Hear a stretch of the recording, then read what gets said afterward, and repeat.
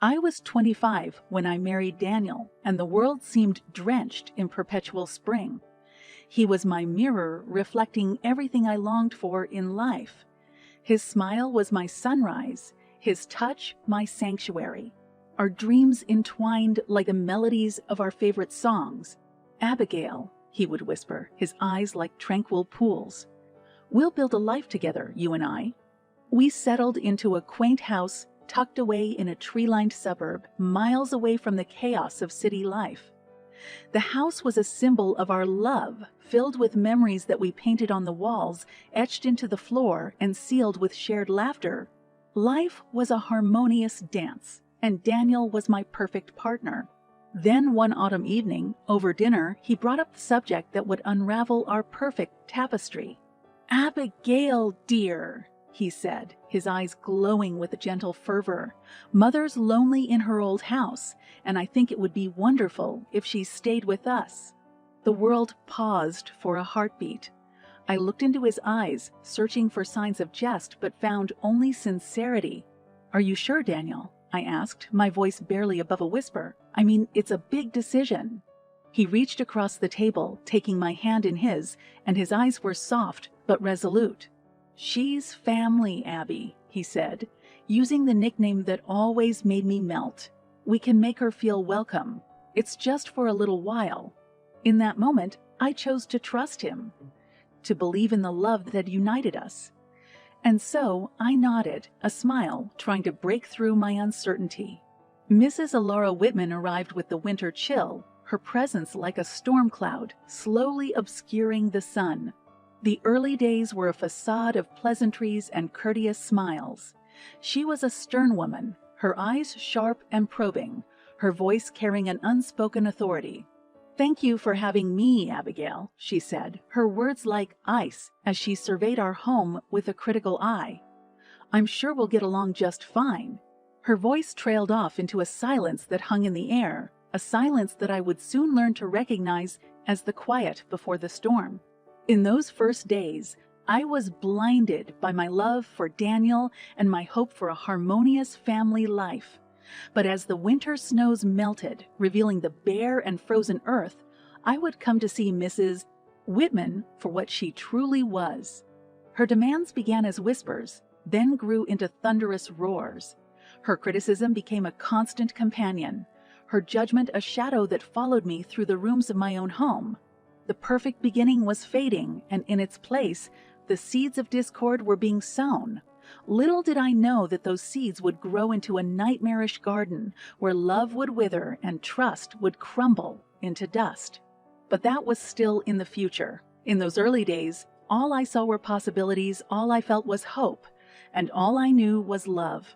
The storm was still on the horizon, a faint rumble in the distance, and I was yet to realize how profoundly it would change my life. The shift was subtle at first. A change in the air, like a distant rumble of thunder on a clear day. Mrs. Whitman's presence began to assert itself, a slow seeping into the fabric of our lives, the walls of our home. "Abigail, dear," she'd say, her voice a saccharine sweetness masking a barbed edge. "The living room looks a bit dusty, don't you think?" Or, over dinner, she'd survey the plate before her with a critical eye. "Surely, my dear, you can cook something a bit more palatable. This chicken is so dry." Her words were cloaked in false kindness, yet they were arrows aimed at my heart. Each comment, each insinuation, was a chip away at my confidence, a crack in the foundation of our home. And Daniel, he was changing too. The man who had once looked at me with endless love now seemed distant, his eyes avoiding mine, his words growing scarce. He became a shadow of himself, a silent observer, nodding along to whatever his mother said. "Daniel, don't you think the house needs some redecorating?" Mrs. Whitman would declare, her eyes sweeping over our cherished belongings. "Yes, Mother," he'd reply, his voice devoid of emotion, his eyes empty. I felt a growing despair, a gnawing at my soul. This was my home, our home, and it was being invaded, taken over by a force I didn't understand. The joy and warmth were being replaced by cold judgment and relentless criticism. I tried to talk to Daniel about it, to reach out to the man I loved, to find the connection that had once been so strong. "Daniel, your mother's demands are becoming unbearable," I'd say, my voice trembling with frustration. "I can't keep up with her expectations." He'd look at me, those once loving eyes now clouded with confusion. "She's just trying to help, Abby. She wants what's best for us. But what about what's best for me?" I'd plead, tears stinging my eyes. "What about our life together?" He'd turn away, his face a mask of indecision, his words a hollow echo. "She's family, Abby. We have to make this work." But it wasn't working. The house was under siege, and I was the enemy. The walls that had once been filled with love and laughter were now closing in on me, suffocating me with demands and judgment. I'd walk through the rooms, my footsteps heavy, my heart weighed down by a sense of loss. This was no longer my sanctuary. It was a battleground. The winter turned to spring, but the chill remained. The flowers bloomed, but their fragrance was lost to me.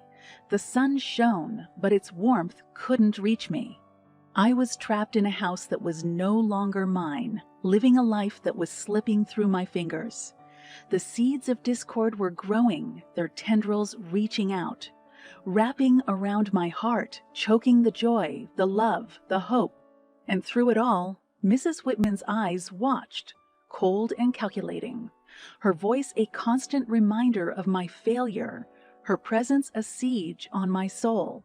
I knew deep down that something had to give, that this couldn't go on. But I didn't know how to stop it, how to break free from the trap that was closing around me. The storm was growing closer, the rumble of thunder now a constant presence. The perfect beginning was a distant memory, and I was left to face the gathering darkness, alone and afraid, in a house under siege. The summer arrived, but its warmth was lost in the cold corridors of our home. The sunlight filtered through the windows, casting a ghostly pallor over a place that had once known joy. One morning, as I was tending to the kitchen, a sudden chill ran down my spine. I turned to find Mrs. Whitman standing in the doorway, a small journal in her hand, her eyes gleaming with a sinister light. "Abigail, my dear," she said, her voice dripping with condescension, "I've noticed that our household lacks a certain order. So I've taken it upon myself to write down some rules to guide us in our daily lives." My heart pounded in my chest as she handed me the journal. It was an old, worn-out book, its cover tattered, its pages filled with scribbles and oddments. With trembling hands, I opened it, my eyes scanning the rules that were now to govern my life. 1. Obey the mother in everything. 2. No loud talking when the mother is sleeping. 3. If the mother calls, report no later than 1 minute. 4. Give 50 of the money earned to the mother. And a lot of other rules. The words swam before my eyes, each rule a chain, binding me, suffocating me.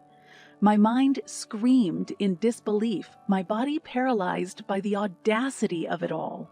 "Daniel!" I called out, my voice filled with an urgent desperation.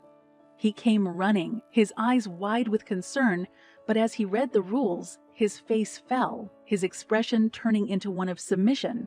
"Mother knows best, Abby," he said, his voice barely above a whisper. "We should follow her guidance." I stared at him, my heart breaking, my mind reeling. Was this the man I had married? Was this the love we had shared? How had it come to this? "Daniel," I pleaded, tears streaming down my face, "how can you allow this? How can you let her control our lives?" He looked at me, his eyes filled with a helpless defeat. "She's my mother, Abby.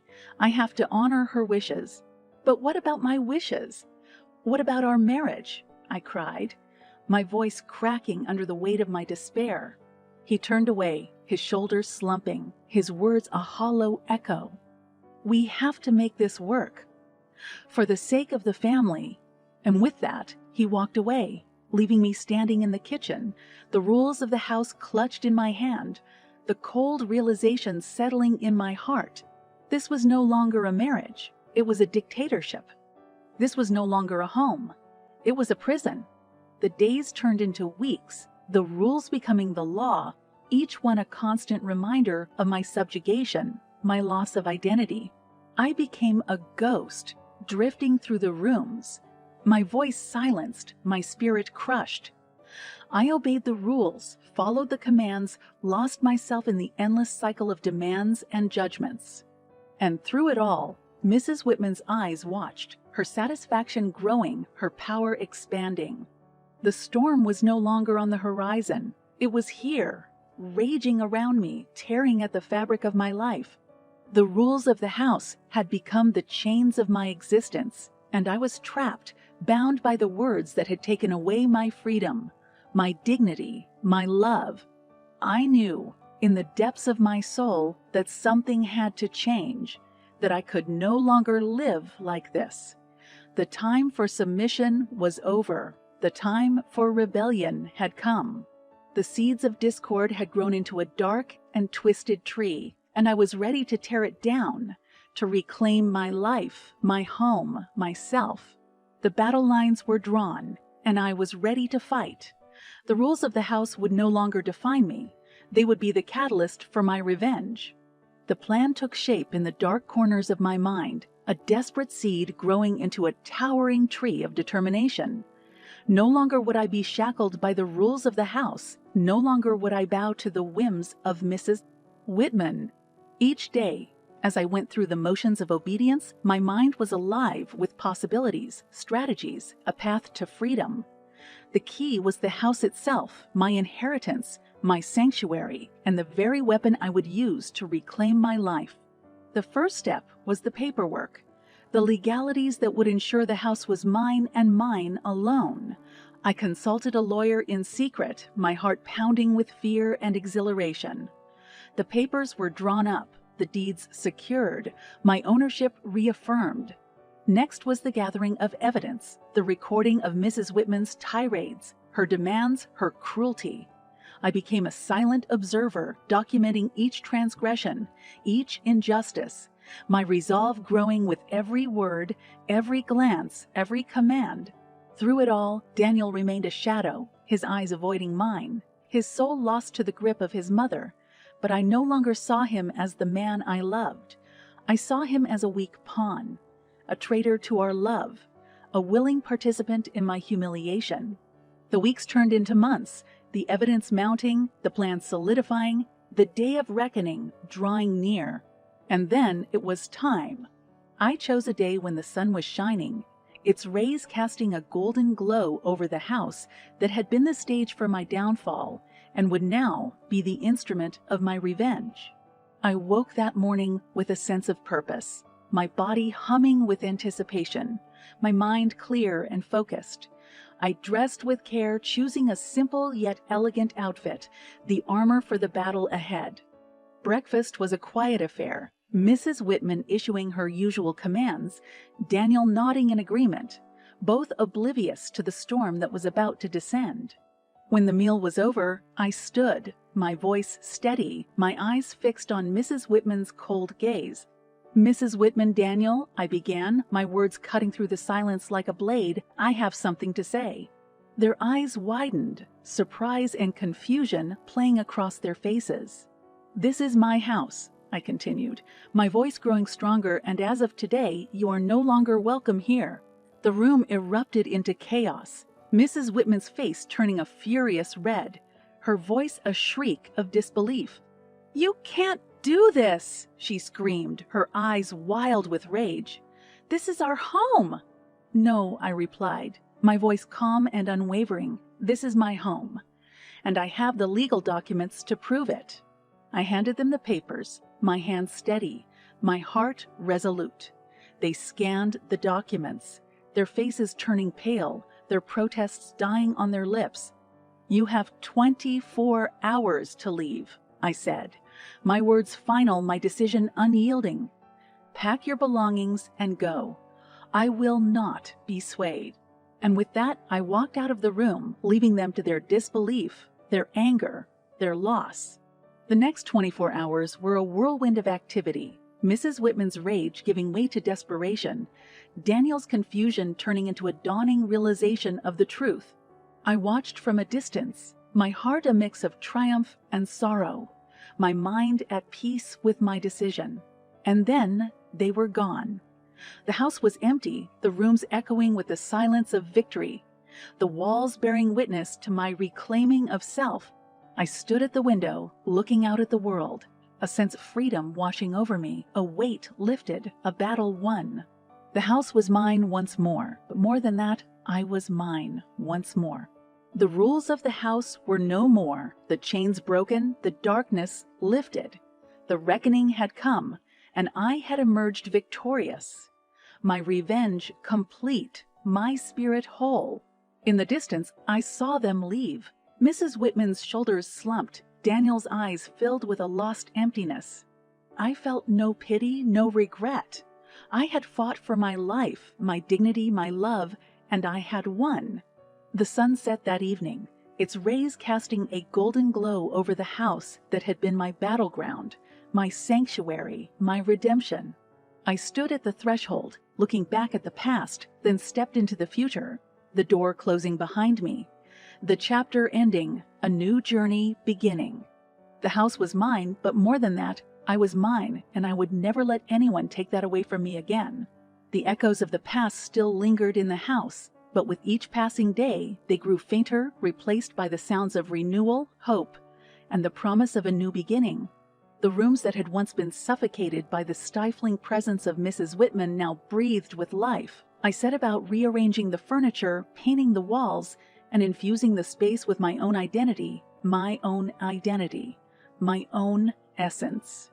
Gone were the relics of oppression, the tokens of submission. In their place, I brought in art, music, literature, symbols of creativity and expression, reflections of the person I had always been, the person I had always been, the person I had rediscovered.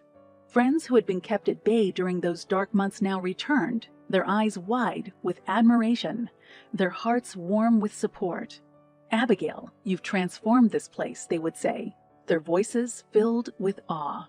But it was not just the house that had been transformed, it was me. I enrolled in classes, pursued hobbies, embraced life with a fervor and joy I hadn't felt in years. I reconnected with my passion for writing, my words flowing with the freedom and strength I had found within myself. The house became a sanctuary for creativity, a haven for self-discovery, a testament to resilience and triumph. Sometimes late at night, as I sat by the window, looking out at the stars, I would think of Daniel, of the love we had shared, the dreams we had built. There would be a pang of sadness, a fleeting shadow of what might have been, but it would pass, replaced by a profound understanding that some things are not meant to be, that some paths are not meant to be walked together. I began to date again, slowly at first, tentatively exploring the landscape of relationships with a newfound wisdom and self-assurance. I knew what I wanted, what I deserved, and I was no longer willing to settle for anything less. The seasons changed. The leaves turned golden, then fell to the ground, the winter's chill giving way to the warmth of spring. And with each passing day, the memories of the past grew more distant, the scars healing, the pain fading into the tapestry of experience. I had not just survived. I had thrived. I had taken control of my life, fought for my dignity, reclaimed my soul. The house that had once been a prison was now a home, filled with love, laughter, creativity, and the joyous melody of life being lived on my own terms. I knew, deep in my heart, that I had made the right choice, that I had found the strength to break free from the chains that had bound me, that I had emerged from the darkness into the light. And as the sun rose on a new day, its rays casting a golden glow over the house that had been the stage for my struggle, my victory, my redemption, I knew that I was ready to embrace the future, to write the next chapter, to live a life filled with purpose, passion, and endless possibilities. The rules of the house were long gone, the echoes of the past silenced, the doors wide open, inviting me to step out into the world, to explore, to grow, to love, to be me. I stood at the threshold, my heart full of gratitude, my soul alive with the promise of a new dawn, and I walked out into the world, the house behind me, my future ahead, my spirit unbroken, my destiny mine to shape. The story had come full circle, the ending a beginning, the journey a celebration of the human spirit, of resilience, of the power of self-love. The house was a symbol, a metaphor for life, a reminder that we are the authors of our own stories, the architects of our own destinies. And as I stepped into the world, I knew that I was ready, that I was strong, that I was whole. I was Abigail, and I was free.